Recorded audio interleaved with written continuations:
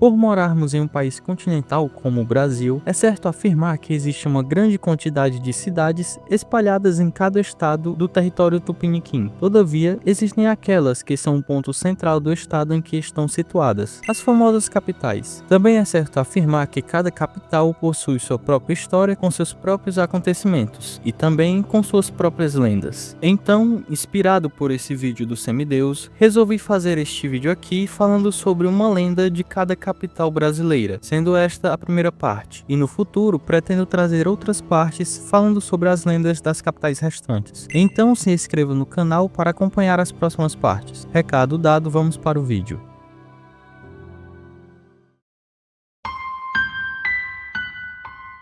Começando pela cidade de Aracaju, capital de Sergipe, temos uma lenda um tanto quanto conhecida pelos moradores de um dos bairros da capital, a lenda da loira do Augusto Franco. Ela começou a ficar conhecida durante meados da década de 80, deixando os taxistas que passavam por aquela região muito assustados, o que fez com que muitos deixassem de realizar corridas à noite por lá. A lenda conta que uma jovem mulher loira, vestida com um vestido branco, aparecia em alguns locais do bairro durante a noite, pedindo carona para qualquer motorista que passasse por perto. Os motoristas falavam que bastava desacelerar o carro e de repente ela aparecia sentada no banco de trás. Mas, ao invés de verem uma moça bonita, o que eles viam era apenas uma figura fantasmagórica que apontava para a direção do seu destino final. Em um dos primeiros relatos dessa lenda, é dito que um taxista que estava rodando pela região avistou uma jovem moça pedindo uma carona e, ao chegar no destino final da moça, ela simplesmente sumiu do carro misteriosamente. Intrigado com a situação e querendo respostas, o taxista perguntou sobre a jovem loira para uma moradora do mesmo lugar onde era o destino da jovem. Então, ela respondeu que essa jovem se tratava de uma antiga moradora que havia falecido há anos atrás. Outro relato sobre essa jovem conta que um taxista estava dirigindo durante a noite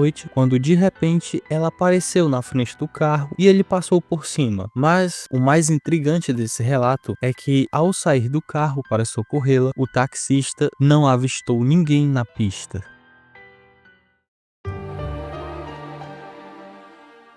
Indo para a cidade de Belém do Pará, temos uma lenda bastante conhecida pelos moradores da cidade, a lenda do Igarapé das Almas. Essa é uma lenda urbana em que se conta que o trecho do antigo Igarapé das Almas, local onde hoje é o canal da Avenida Visconde de Souza Franco, é assombrado por figuras sobrenaturais. Mas, para nos aprofundarmos nessa lenda, precisamos voltar um pouco no tempo, mais precisamente para os anos de 1835 a 1840. O que acontece é que durante esses anos por essa região estava ocorrendo a revolta chamada de cabanagem, ou Guerra dos Cabanos. Essa foi uma revolta motivada pela situação de extrema pobreza, fome e doenças que a população estava passando. E, segundo a crença popular, o trecho do antigo igarapé era usado para esconder as armas de um grupo de pessoas que lutaram na revolta da cabanagem. Após vários anos se passarem, muitas pessoas que moravam por essa região começaram a relatar que avistavam os espíritos dos cabanos falecidos vagando por aquele trecho atrás das armas escondidas no próprio igarapé. E foi a partir disso que esse trecho ficou conhecido como Igarapé das Almas, dando início a essa lenda urbana. E uma informação adicional sobre essa lenda é que para alguns moradores mais religiosos, nesse igarapé existem dois tipos de caminhos, um bem estreito que leva direto para o céu e um mais largo que leva direto para o inferno. Enfim, essa é uma das lendas mais populares no folclore urbano de Belém, sendo possível ler a versão mais popular dela no livro Visagens e Assombrações de Belém, onde o autor, o Alcir Monteiro, narra sobre essa versão no texto intitulado A Ponte do Igarapé das Almas.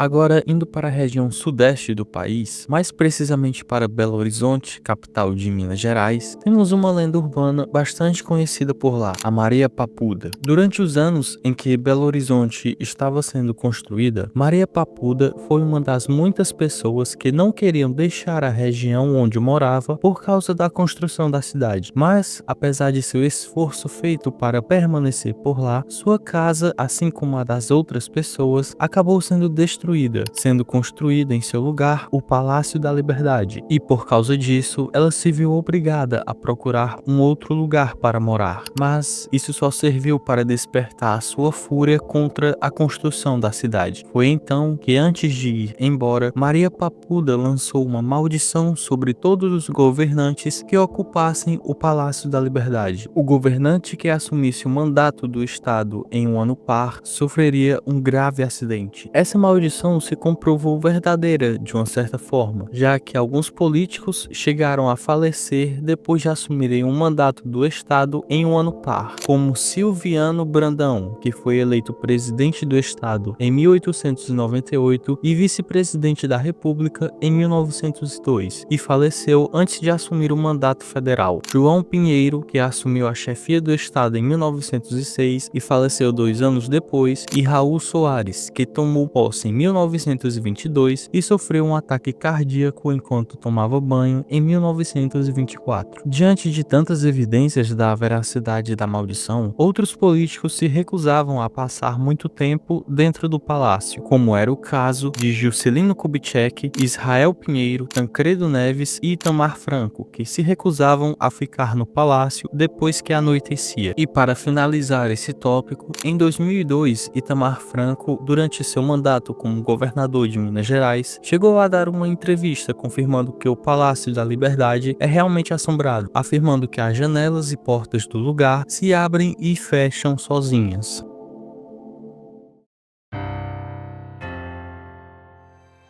Bom, para este tópico, eu não consegui achar uma lenda específica da cidade de Boa Vista, então eu decidi dar uma roubada de leve e falar sobre a lenda da criação do Monte Roraima, que é a mais conhecida pelos habitantes desse estado. Essa lenda originou-se na tribo dos índios Macuxi. Segundo eles, há muito tempo atrás, na região em que o monte se encontra, não existia nenhuma elevação por lá. A terra era coberta por planícies deslumbrantes e propícias para diversos tipos de animais. Várias tribos habitavam aquele local provido de terra fértil e sobreviviam da caça e pesca, além dos frutos que eram encontrados em abundância por lá. Entretanto, em um certo dia, aconteceu algo naquele local que nem os pajés das tribos indígenas sabiam explicar. Em um certo ponto, nasceu uma misteriosa bananeira, o que era algo intrigante para todos, já que não era uma árvore que nascia naquele lugar. Com o passar dos dias, a bananeira foi crescendo assustadoramente, até atingir um tamanho gigantesco, e então passou a dar belos e incríveis frutos. Contudo, foi dado um aviso divino aos pajés de que ninguém poderia tocar nela ou comer dos seus frutos, já que ela era, na verdade, um ser sagrado, e aquele que desrespeitasse esse aviso iria trazer inúmeras desgraças para todos daquela terra. Após ouvirem esse aviso, os pajés explicaram a situação para as tribos e ordenaram que ninguém encostasse na árvore, o que fez com que todos acatassem a essa ordem. Pelo menos era o que os pajés pensavam. Durante o amanhecer de um certo dia, as tribos indígenas foram pegas de surpresa por algo inimaginável. Ao observarem o local da árvore sagrada, foi visto que alguém com a identidade desconhecida havia cortado violentamente a árvore e roubado um de seus cachos. Poucos segundos depois, a advertência feita pelos pajés se cumpriu, e a natureza começou a se rebelar contra as tribos. Trovões e relâmpagos começaram a castigar os indígenas e faziam com que os animais fugissem para longe. Enquanto isso acontecia, uma chuva descomunal destruía as belas planícies existentes e, do centro da terra, uma gigantesca montanha se elevou até os céus, alterando a bela paisagem do local, sendo este o Monte Roraima. E é dito pela população que o monte chora até os dias de hoje por causa da violação que lhe foi feita.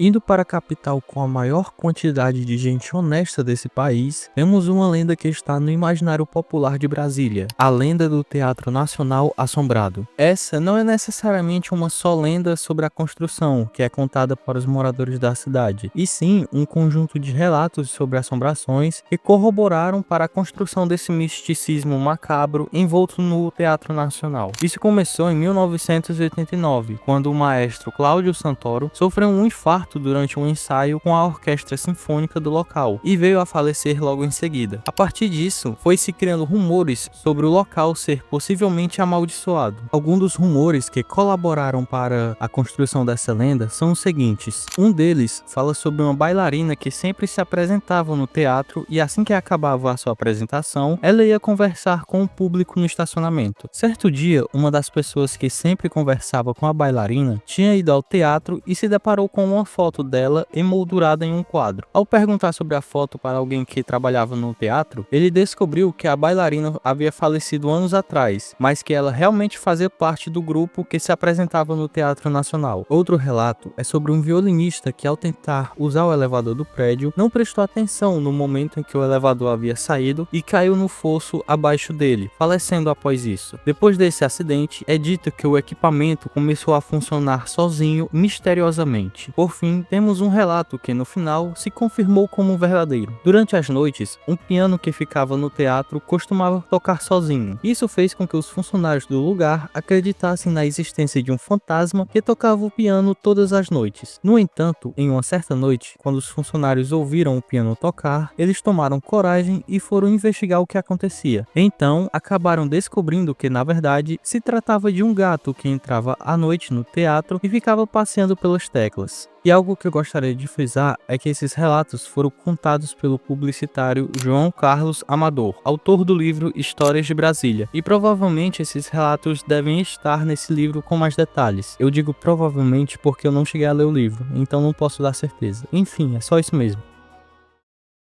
Então, acho que é isso. Caso tenha chegado até aqui, agradeço pelo seu tempo. Não se esqueça de deixar o like se tiver gostado do vídeo e caso queira acompanhar as outras partes que irão sair, considere se inscrever no canal. Até a próxima!